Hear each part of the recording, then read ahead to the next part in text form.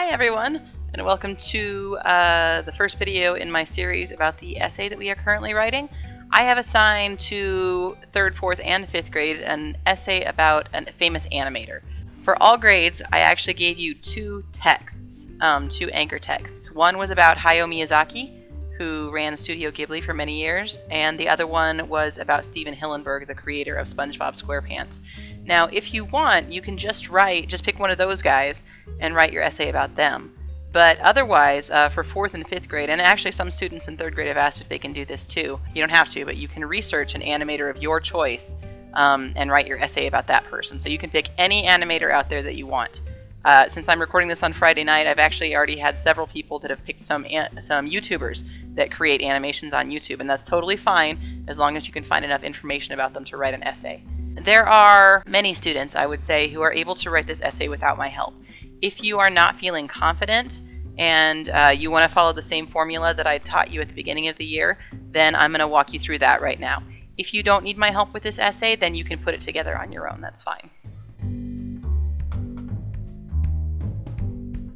Okay guys, so what I'm going to do today is show you how to write an expository essay on a person.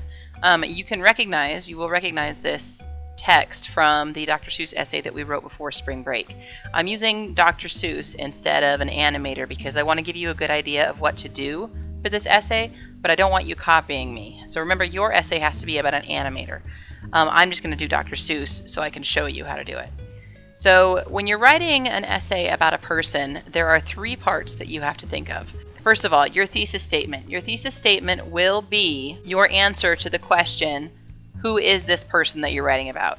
So let's say that you are writing about Dr. Seuss. Who is Dr. Seuss? Dr. Seuss was a children's author, right? That is my thesis statement because I already know that I'm writing about Dr. Seuss. I'll say was because he passed away. Dr. Seuss was a children's author. So then we had to move on to main idea 1, main idea 2, and main idea 3. Main idea 1 is usually your person's early life. So when they were born, where they were born, and where they grew up, what their family was like, things like that. Main idea 2 is usually career-oriented. So how did this person get their start? Okay, where did they work? What did they accomplish? So main idea 3 is usually their later life, and if your person is no longer living, then when they passed away and where they passed away. So those are your 3 main ideas for when you're writing an essay about a person. I'm going to go back to the text about Dr. Seuss, and I'm going to read through it real quick. So if I read through this quickly, I will see, okay, here, these 2 paragraphs are pretty much Dr. Seuss's early life. Down here, the next 2 paragraphs, actually probably the next 3 paragraphs I would say, are about how he got his start as an not as an animator, but as an author and an illustrator, and how successful he became. And then the last paragraph is about his later life and when he passed away. So it's easy to split up your anchor text into sections and then make sure you just use those sections for each main idea. So here, I'm going to go ahead and bold this part. This is the part that I'm going to kind of look at for my main idea 1. What I'd like to do is just talk about where he was born. I'm not going to say when he was born, but I will just say Dr. Seuss was born in Springfield, Massachusetts. Then I can talk about how he was born on March 2nd, 1904, and how he went to Dartmouth College, and all that other stuff in my body paragraph 1. But when I'm just doing my 4-square outline, I just want one sentence that kind of leads me into the whole paragraph about his early life. So I'm going to go over here and I'm going to say, okay, this looks like a good sentence to paraphrase here, right? I'm not going to use the whole thing, but I will probably use his full name. So Theodore Seuss Geisel. I don't think I'm going to remember that, so I will copy and paste it. If you had a text that was, on paper, then it would be easier for you. So what I'll do is I'll paste this down here.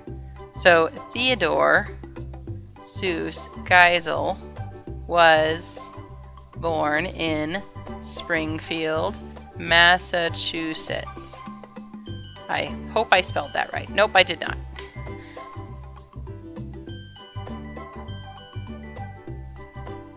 There we go. Got it. All right, Springfield, Massachusetts. So that's what I'm going to say for my main idea. I'm not going to use all this other stuff here because I want to save that for my body paragraph 1 when I need supporting details. So my main idea 2 is going to be, I don't know why this is here. My main idea 2 is going to be like his working life, like the middle of his life when he was an adult and he became an author and all that stuff. Now, I'm not going to say Ted began working for the Standard Oil Company because that actually shows that he started working for an oil company. It has nothing to do with his illustrating, his writing, stuff like that. However, I can say something about how Theodore, or Ted, as they call him, got his start creating cartoons for bug spray for the Standard Oil Company. That would be fine. Then I could go on to talk about how he continued illustrating as he moved into a career as an author. That would be fine. So I'm going to go ahead. This is a sentence. I'm going to take these two sentences. I'm going to paraphrase them. And the way I'm going to do that, I will go ahead and paste this down here. We'll show you. I can't copy this directly. I can't copy it word for word, because if I do, that would be plagiarism, and we all know that plagiarism is not okay. But I can paraphrase this.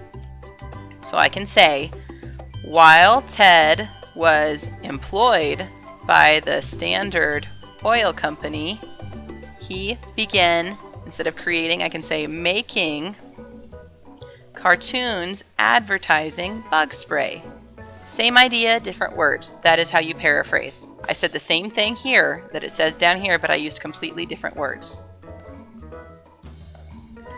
So there's my main idea 2. My last main idea is going to be main idea 3, which is usually about their later life. So here it says that he's written 44 children's books, that his books were turned into movies, that he believed fantasy is a necessary ingredient in living. But I'm going to focus on this. Ted passed away on September 24th, 1991 at the age of 87. So I'm not going to copy that exactly because that would be plagiarism, but I am going to paraphrase it. I'm going to say this. I'm not going to say Ted. Dr. Seuss passed away when he was 87. So that was very simple. All I did was take a look at this biography, skim through it real quick, find the 3 main ideas, and because I know I'm writing an expository essay about a person, I split it up into 3 sections. Early life, adult working life, and then later life. And then I labeled those 3 sections on my 4-square outline. Okay guys, that was a very quick tutorial on how to write a 4-square outline about a person. If you have any questions, feel free to email me or message me on MobyMax asking me.